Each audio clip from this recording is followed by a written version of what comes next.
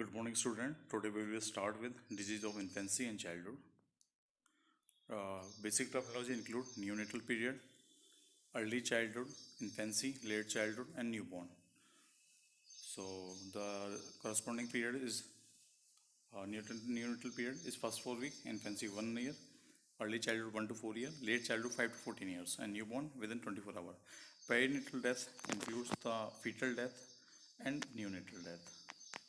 The body weight and gestational age include preterm before 37 weeks, postterm after 42 weeks of gestation. Average gestational age is body weight less than 10 to 90 percentile. The small for gestational age is a body weight less than 10 percentile. Large for gestational age, body weight more than 90 percentile. The causes of death corresponding to the age under 1 year, the major causes are perinatal condition, maternal conditions, placental conditions, complication, congenital anomalies. The intrauterine growth retardation include the fetal causes, placental causes, and maternal causes, and also the unknown causes. The fetal causes includes the chromosomal abnormalities, placental causes, uteroplacental abnormalities, anomalies, mosaicism, and maternal causes, maternal drug abuse, and hypertension, malnutrition. Immaturity of the organs is also lead to the IUGR. The lung, the RDS, respiratory distress syndrome, because of the deficiency of the epithelial cell, type 1 and type 2. Kidney, in the kidney, premature glomeruli. In brain, there is no Guerre sulci because of the deficiency of the myelin. In liver, there is a extramedullary hematopoiesis, which will lead to the physiological jaundice. The evaluation of newborn is called APGAR score. It basically consists of the 5 features: heart rate, respiratory effort. So there will be normal morphological development during the first 3 months. The complete morphological development during the first 3 months in a child and the fetal life. So there should be the fetus are most susceptible to teratogens, which lead to the morphological deformities in them. So this is the most cautious time in the fetal life. So causes of the malformation, genetic causes, environmental causes, and multifactorial causes we have already discussed. The mechanism of malformation is the during the abnormal embryonal period, first 9 weeks of the is the most susceptible time for them. And teratogens, it will lead to the cell proliferation, migration, and differentiation, like anticonvulsant drug phenytoin. It will lead to the dedifferentiation of the mesenchymal tissue, which will lead to the cleft palate. The gene involved in the Hox gene.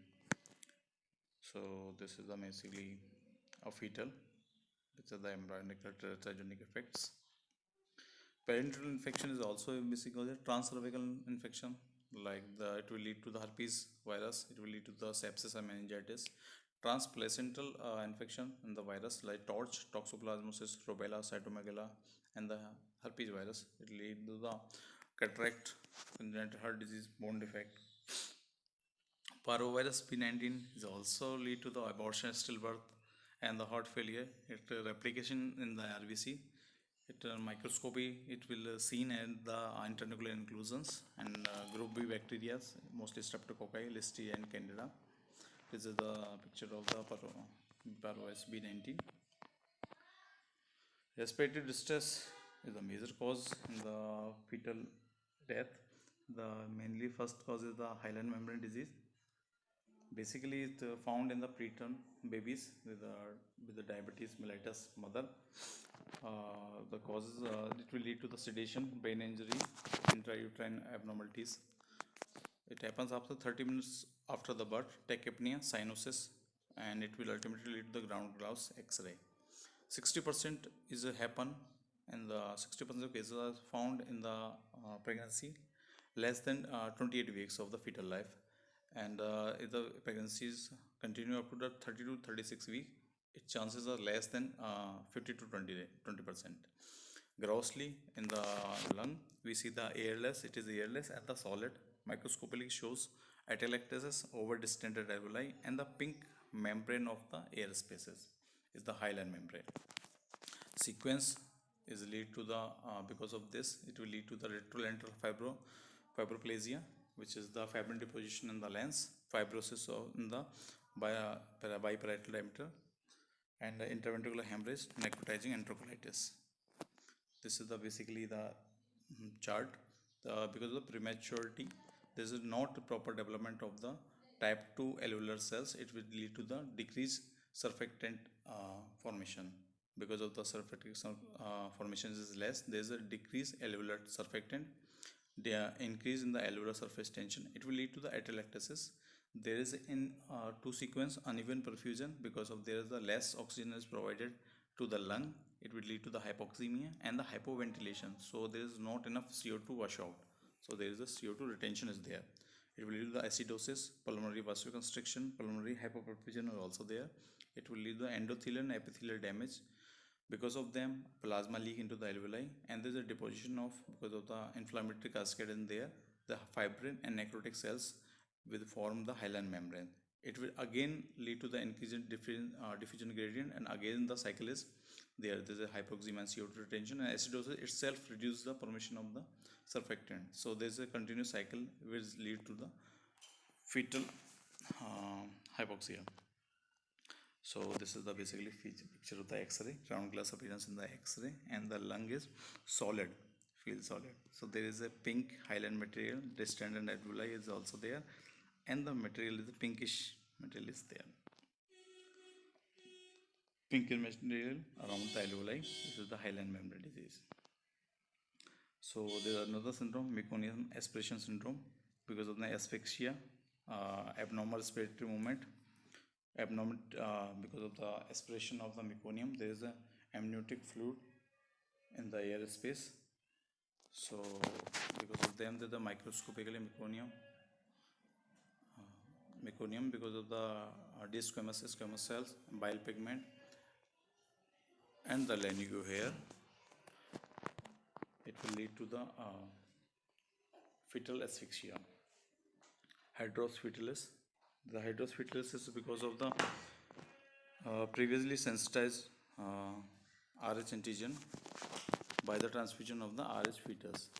In this, there is a Rh negative mother, and there is a the fetus is Rh positive. In the first pregnancy, the Rh antigen of the mother is sensitized by the Rh positive fetus, but in the subsequent second pregnancy, there is the already formation of the antibody against the Rh antigen.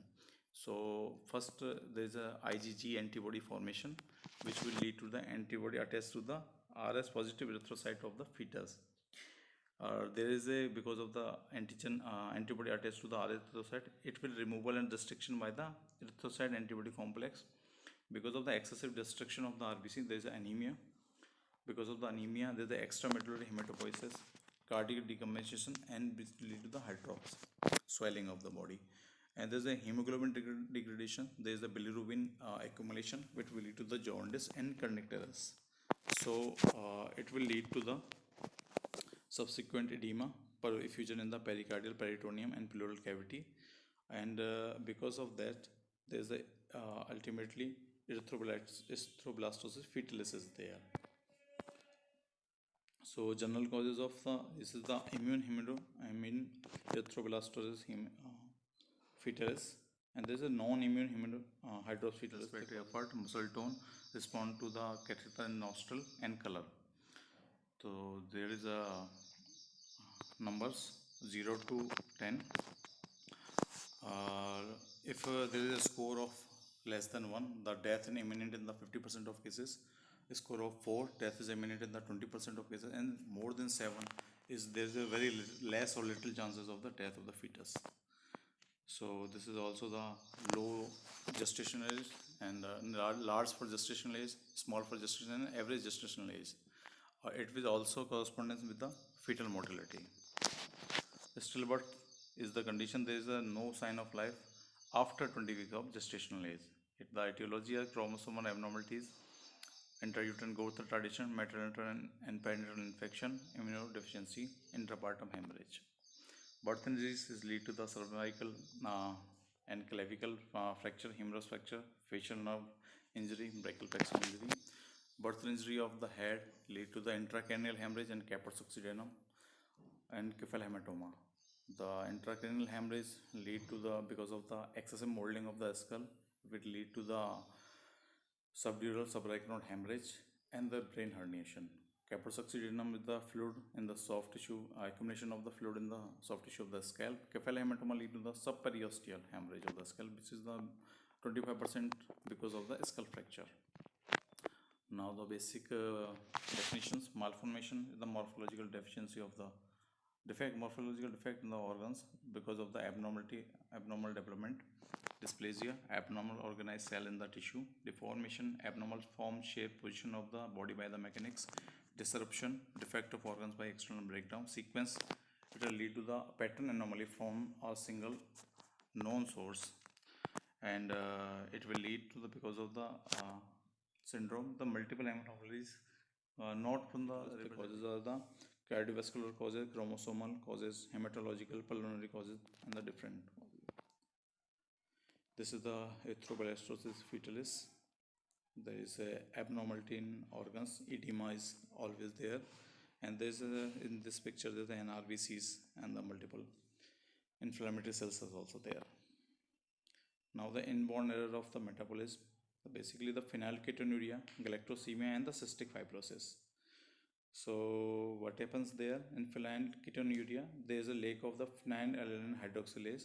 It will lead to the mental retardation of the patient because of the excessive phenylalanine there. Galactosemia, there is a lack of the galactokinase enzyme because of the galactylol, the side product is there. It will lead to the mental retardation, cataract, hepatosplenomegaly, and the failure to thrive is there.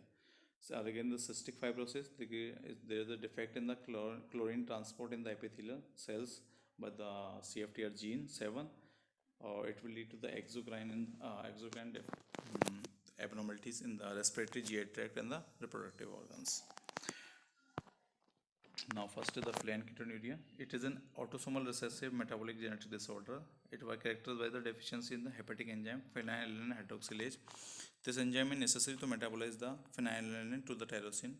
When PA is deficient, phenylalanine accumulates and is converted into the phenyl pyruvate, which is detected in the urine. It can cause problems with the brain development, leading to the progressive and mental retardation, brain damage, and seizures. Optimal treatment includes the lowering the phenylalanine urine levels to the safe range, and the mainly it is urine normally detecting using the HPLC test after the birth. Sign and symptoms: seizures, albinism, and musty odor to the baby sweet and the urine because of the phenyl acetate. Treatment by controlling the phenylalanine level during the through the diet and combination of diet and medication. All the patient should be adhered to a special diet low in the phenylalanine for at least first 16 years of their life. So there is a restriction in the meat, chicken, fish, egg, and the other products. Starchy foods such as the potato, bread, pasta, corn must be monitored. Infant requires a commercial formula of milk that free from the phenylalanine. So tyrosine, which is normally derived from the phenylalanine, must be supplemented. The sweetener of aspartame must be avoided. The oral administration of the tetrahydrobiopterin BH4, a cofactor of the phenylalanine, can reduce the blood level of this amino acid in the certain patient. In children, we can add some fruits and vegetables that are low in the phenylalanine, which provide essential vitamin and the minerals. Now we come in the galactosemia. Galactosemia is an inherited disorder characterized by the inability to body to utilize galactose. Galactosemia means galactose in the blood. The main source of galactose in the diet is the milk and the milk product. The deficient enzyme that is responsible of the galactosemia is called galactose 1-phosphate uridyl transferase. The GALT enzyme enables the body to break down galactose into glucose for the energy. Galactosemia is treated by removing food from containing galactose from the diet. Untreated galactosemia will result in the harmful buildup of the galactose and the galactose 1-phosphate in the bloodstream in the body tissue. Infants with unrecognized galactosemia usually have problems with feeding and does not grow as they should. If the galactosemia is not treated, infant can develop cataract, liver damage, kidney problems, brain damage, and in some cases can lead to death. Diet should allow protein containing food other than milk and milk products. Galactose is often used as the filter or the inactive ingredient in the medicine. The food not be listed on the package. Food with more than 10 gram galactose per 100 gram of the food is also tomato, date, papaya, bell pepper, and watermelon. And the other foods are also there, which is the content of the 5 to 10 milligram of the galactose per 100 gram of the food. Etiology of the cystic fibrosis. The causes of mutation in the gene for the protein of the cystic fibrosis transmembrane conductance CFTR gene. This mucus buildup, because of this mucus buildup in the breathing passage of the lung and in the pancreas, organ that help to break down and absorb it. So this is the chart because of the autosomal recessive disorders. So if the both parents are unaffected by the carrier, so there will be one children which will be present with the cystic fibrosis. Pathophysiology include the CFTR loss is function of the chloride ion transport causes by the misfolding of the protein. Abnormal sodium and chloride transport across the cell membrane and causing thick tenacious secretion in the lung and the pancreas. Thick sticky respiration secretion that are difficult to remove cause airway obstruction, result in the air trapping and the frequent respiratory infections. Factors associated with the sudden infant death syndromes are maternal and the infant. Maternal causes are the young female, unmarried, short intergestational interval, low socioeconomic group, smoking, drug abuse, and in America this is a higher risk for the American blacks than the white. Infant the prematurity, low birth weight, male sex, product of the multiple birth, and SIDS, sudden infant death syndrome in the prior siblings. Neoplasms are also there in the children's. The most benign, most of them benign, and almost 2% are malignant. So first benign one, the hemangioma, lymphangioma. Hemangioma most common tumors in the infancy, which is found in the skin, face, scalp. Grossly, there is a red blue mass is there. Microscopically, numerous vessels with unremarked endothelium. Spontaneous regression is also there. Examples are von Hippel-Lindau syndrome. Lymphangioma is also there. There is a skin, neck, axilla, mediastinum, and retroperitoneum. Retrosternum is also there. Microscopically, the lymph vessel in the cyst or spaces, which is increased in size after birth. So this is the congenital capillary hemangioma, and which are in second, which it is after the spontaneous regression of the children. So this is the beneath the hemangioma. There is beneath the skin surface. There are many dilated vascular channels are there, which are filled with the red blood cells. Teratoma, it is the representing sequence from the single agent, viral or abnormal associated with the agenesis, complete absence of the organ. Aplasia, absence of organ due to the failure of development. Atresia, absence of opening hollow visceral organ. Hypoplasia is the underdevelopment of organ. There is a number of decreased number of the cells. Hyperplasia, there is the increased number of cells, and hypertrophy, there is a decrease in size of the cell, and hypertrophy increase in size of cell. So we should not confuse hypoplasia with hypertrophy or hyperplasia with hypertrophy. Dystrophic is the failure to fuse. An example is the spina bifida. Involutional failure, the persistent embryonal structure like thyroglossal duct cyst. Divisional failure is the syndactyly. Ectopia, heterotopia, organ outside the normal site. Dystopia, retention of organ at the site during the development. So we should be familiar with this is the sequence. Because of the renal agenesis and amniotic leak, there is a oligohydramnios, the decreased amniotic fluid around the fetus. It will lead to the fetal compression. Pulmonary, the afterward effects are the pulmonary hyperplasia, altered facies, positioning defect of the feet and hand, and breech presentation. This is the child with the oligohydramnios sequence. There is a flattened facial features and the equinotalis or equinoparous right foot. These are the congenital malformation causes, the genetic and environmental causes because of the virus, maternal causes, and drugs causes, and the genetics, chromosomal abnormalities are there. So this is the basically it shows the normal process of development of the organs. The first 9 weeks are the most important because of the all of the almost second year, found most common in second year and the adolescence. Most common side is the sacrococcygeal. So sacrococcygeal is 10% associated with the giant deficiency in the hand gut and the midline defect. Grossly, there is a cystic mass with the mature tissue. Microscopically, it shows the all three uh, germ cell layers: mesoderm, endoderm, ectoderm. 75% of them contain the mature tissue. 12% shows the immature and contain the immature and mature tissue, and 12.5% shows mixed germ cell tumor. So there is a all benign the skin, cartilage, and colonic, which include the all of the ectoderm, mesoderm, and endoderms. Also there, this is the feature of the sacrococcygeal teratoma.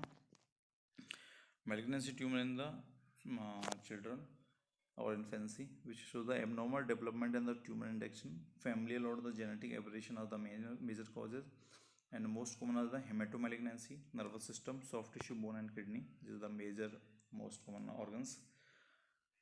Most common 0 to 4 years, the most common are leukemia, retinoblastoma, neuroblastoma, Wilms tumor, hepatoblastoma, soft tissue sarcoma, especially rhabdomyosarcoma, teratomas, central nervous system tumors are there. So one is the 5 to 9 and 10 to 14 years. Now we should be differentiating between the neuroblastoma and the ganglioneuroma. The most common childhood solid malignant tumor is the neuroblastoma. Most commonly the diagnosis less than 1 year of the age. Location is the adrenal medulla sympathetic chain is there. Grossly, there are minute nodules to the huge mass. There are multiple small nodules are also there. Microscopically, we can see the Homer-Wright tumors. Homer-Wright rosette are also there, which are the two rosette, because these are the small round blue cells surrounding the neurofibrillary tissue. Or in ganglioneuroma, there's a pseudo rosette are there, because these are the surrounding the lumen, only lumen, not the neurofibrillary tangles or any materials. So metastasis to the bloodstream, it can goes to the liver, lung, and bone. Clinical staging is different in the 5 stage. First, stage 1 confined to the organ origin. Second, extended beyond organ, not cross the midline. Third is beyond the midline. Fourth, metastasis to viscera, distal lymph node, soft tissue, and skeletal. And 5S is special to small adrenal tumor to the liver, skin, bone marrow without any bony restrictions. So clinical course is most common less than 2 year. Female fever, abdominal was, weight loss, proptosis also there. Less than 1 year, if we get found is less than 1 year, it is excellent prognosis. If it is found in less than 1 year, the survival chances are greater. In it is 5 years stage, there is the 80% of 5 year survival. Chromosomal 1 deletion is associated with the worst prognosis, and the chromosomal 14 deletion of the long arm, it is associated with the aggressive behavior of the tumors. Group of prognosis less than first grade is the less than 1 year, hyperdiploid, high TRK, no anemic oncogene, absence of the deletion 1p, and stage 1, 2, and 5S. Cure rate is more than 90%. Second grade is include the older child and the more developmental stage, more higher developmental stage of the tumor. Third grade associated with the worst prognosis, 1 to 5 year of the age, advanced stage, anemic oncogene, diploid deletion chromosome 1, mini TRKA. Cure rate are around 5%. So this is the picture of the neuroblastoma.